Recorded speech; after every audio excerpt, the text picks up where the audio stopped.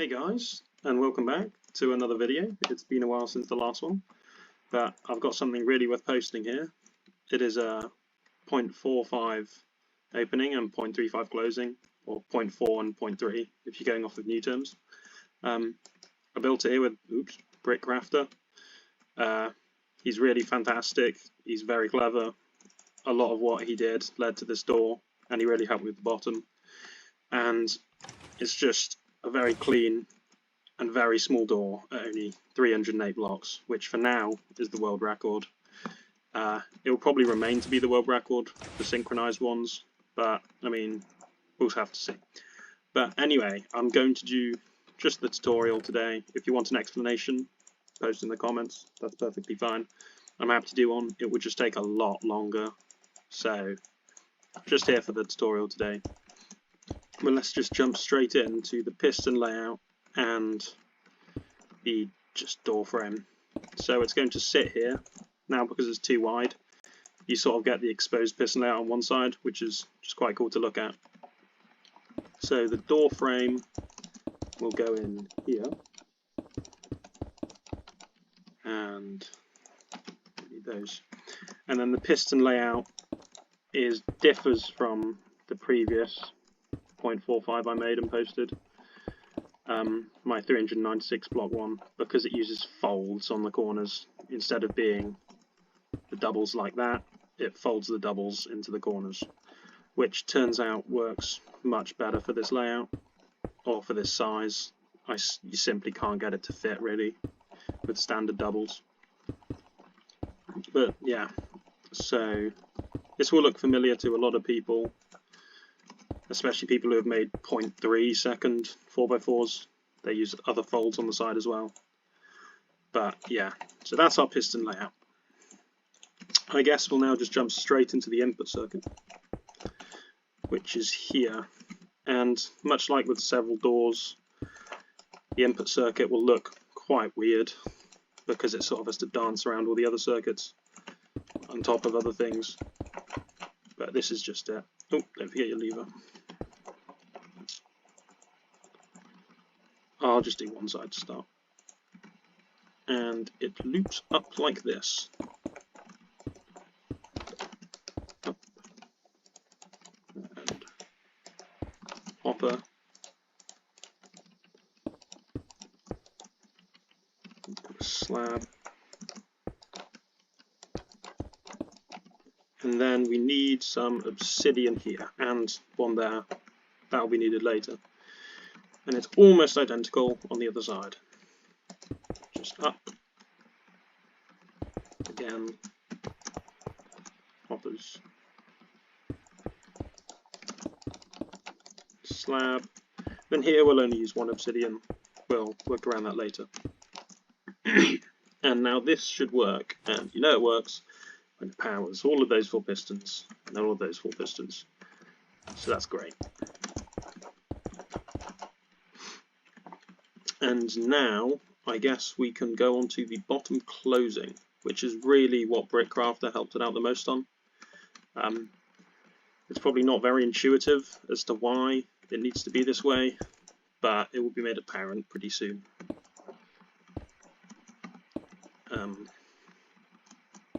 So we want to power these pistons at 2 ticks, or 4 game ticks, on both edges, which is why. And we use pistons to avoid input bug. But we need some other stuff that goes on, which won't really look at all useful. But I mean, it is. And I'll explain that in the explanation video. So that is the bottom circuit, just to power these pistons and also these ones at the correct time. Another thing for the closing is just these observers. These just use the piston updating, which changes the shape of the glass. If we see like this, like that, the observer will update and power these pistons at the right time. This only affects the closing. The opening, we sort of dance around the pulses, so it doesn't really matter. Now that will do a bit more of the closing, if we see. Oops. It does, trust me. Probably don't test it like that. But it does do a bit more of the closing. Oh, you'd need blocks there. That's my bad. But anyway, we shall now move on to the budded sliders on the side, which are very important for how this door works. So this is a bit of a mess of pistons here, but just sort of trust that this is all how it goes. Yeah. Oh.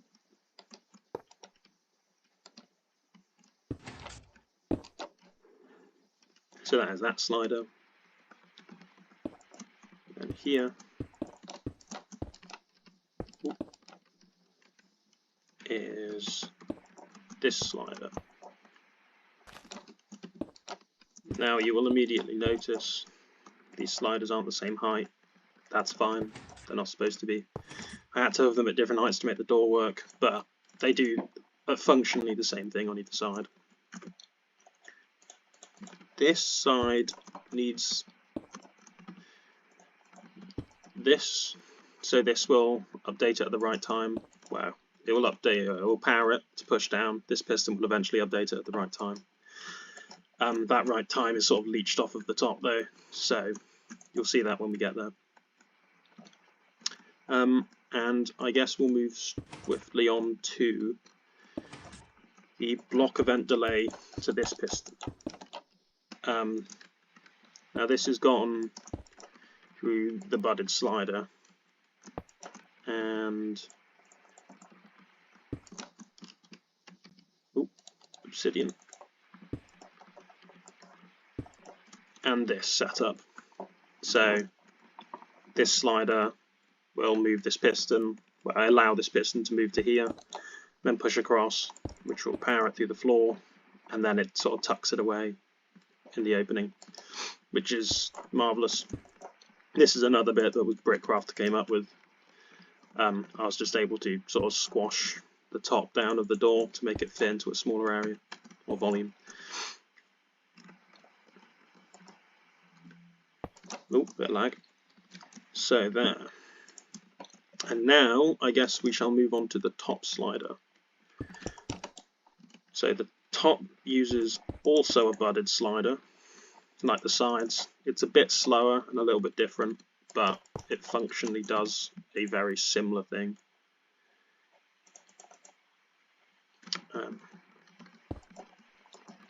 But obsidian, sorry, there and there. This slider will probably also look weird, much like with these, because you won't see the functionality of it until a bit later.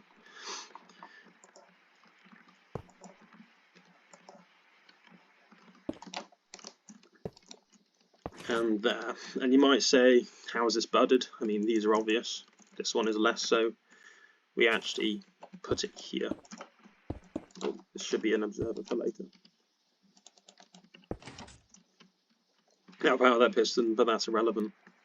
This is how we get this slider to be budded. And then for this to push back, put redstone there real quick. For this to push back, we will need our cauldron. So we place the cauldron here, fill it with water, piston for later, and on top of this piston you want a comparator.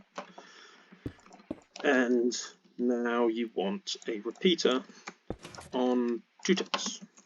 Now you're looking at this and you're like, well, that's permanently powered, that's not very helpful. And we actually turn this comparator off through this piston. But when this slider starts moving, once you put an update piston there, this piston, this redstone block's removed immediately by the piston, and then this will power after 6 game ticks, which is what we want. So that will look like this if we just update it, and that will power these and push this across very conveniently. And if we do, that will break, but don't worry about that. Additionally, to get around having the obsidian, just put this piston there. That's also useful later. So, there we go. So that should theoretically be a lot of the closing done. I won't test it, because if it breaks, it'll take ages to clean it all up. It's at this point that you can probably fill in the rest of your door blocks. Don't worry about those, they'll just do that, and then you can do that. And this also broke earlier from my testing. Just do that. That will now work. Right, now on to the top set of block event delays. So you might say, well, it's all good, this slider is budded. How the hell do we get an update to here? And we leech it off this slider. Do that. So this slider fires up at... Oh, good job I said that. I forgot these pistons. My bad. These sliders fire at 2 block event delay. So for the bottom, this piston is the 3rd. Up here you have 3, and you actually have 4. It doesn't really matter. It might actually be beneficial to the sides. I can't quite remember. But anyway, to the top, this is how we get block event delay to the pistons that will be here, but there, of course. So that's at 4 block event delay. So that will now perform that.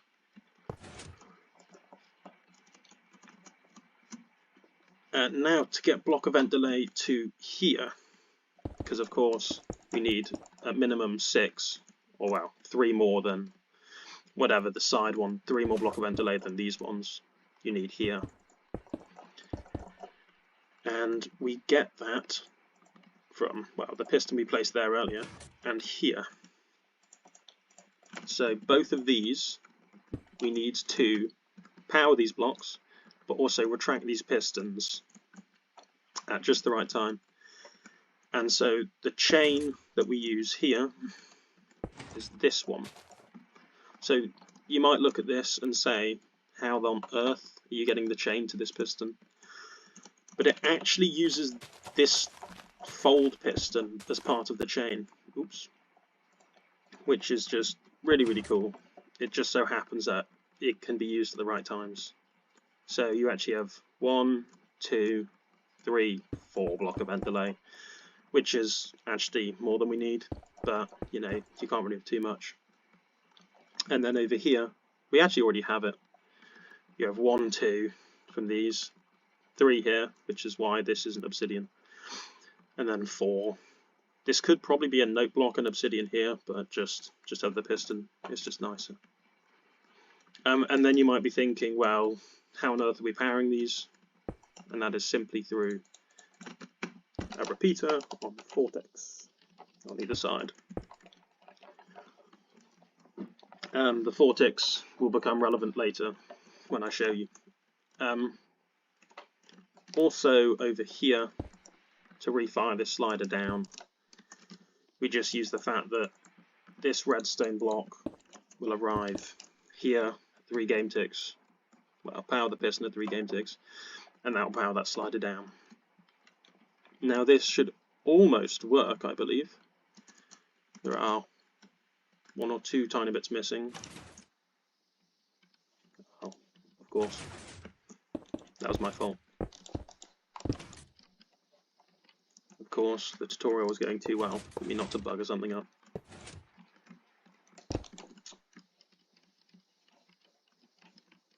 Ooh. Well, I'd suggest not testing your door, like, in the middle. It doesn't seem to work.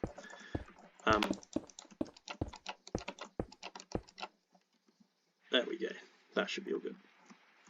Okay. Remove that. Awesome. So it closes.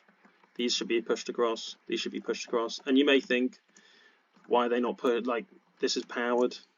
Why don't these push down? Because there's no immovable blocks here. We actually push these across a tiny bit later than these, so these don't update at the right time, or they don't update to push down. That was Brickcrafters doing. It's really nice, but I mean, it's quite fragile, so you can't update the top, but we work around it.